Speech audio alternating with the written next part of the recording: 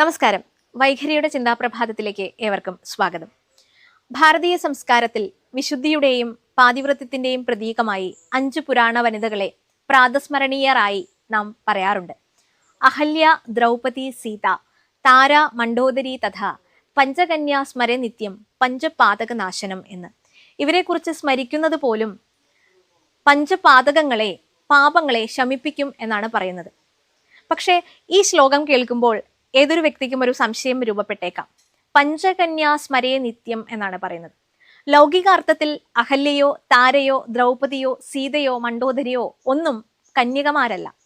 എങ്കിലും അവരെ കന്യക എന്നാണ് വിശേഷിപ്പിക്കുന്നത്. കന്യ എന്ന പദത്തിന്റെ സംസ്കൃത വേരുകൾ തേടി പോവുകയാണെങ്കിൽ കമയത്തെ ഇതി കന്യ എന്നാണ് പറയുന്നത്.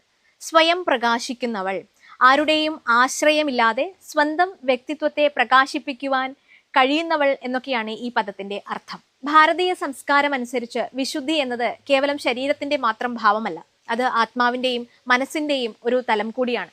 അതുകൊണ്ട് തന്നെയാണ് ഇവരെ പഞ്ചകന്യമാർ എന്ന് വിശേഷിപ്പിക്കുവാൻ സാധിക്കുന്നത്. ഇവരുടെ ജീവിതം എടുത്തു നോക്കിക്കഴിഞ്ഞാൽ അത് ശാന്ത സമാധാനമോ സുഖസമ്പൂർണമോ ഒന്നും തന്നെ ആയിരുന്നില്ല. മറിച്ച് അവർ നേരിട്ട അഗ്നി പരീക്ഷകളും ജീവിതത്തിലെ തിക്താനുഭവങ്ങളിലൂടെയും ഒന്ന് കണ്ണോടിച്ചു കഴിഞ്ഞാൽ നമുക്ക് മനസ്സിലാക്കാൻ സാധിക്കും.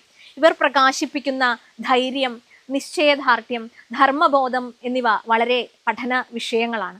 അതും നമ്മളുടെ ജീവിതത്തിലേക്ക് സ്വീകരിക്കുന്ന സുതാര്യ വിഷയങ്ങളായി മാറട്ടെ എന്ന് ആശംസിക്കുന്നു.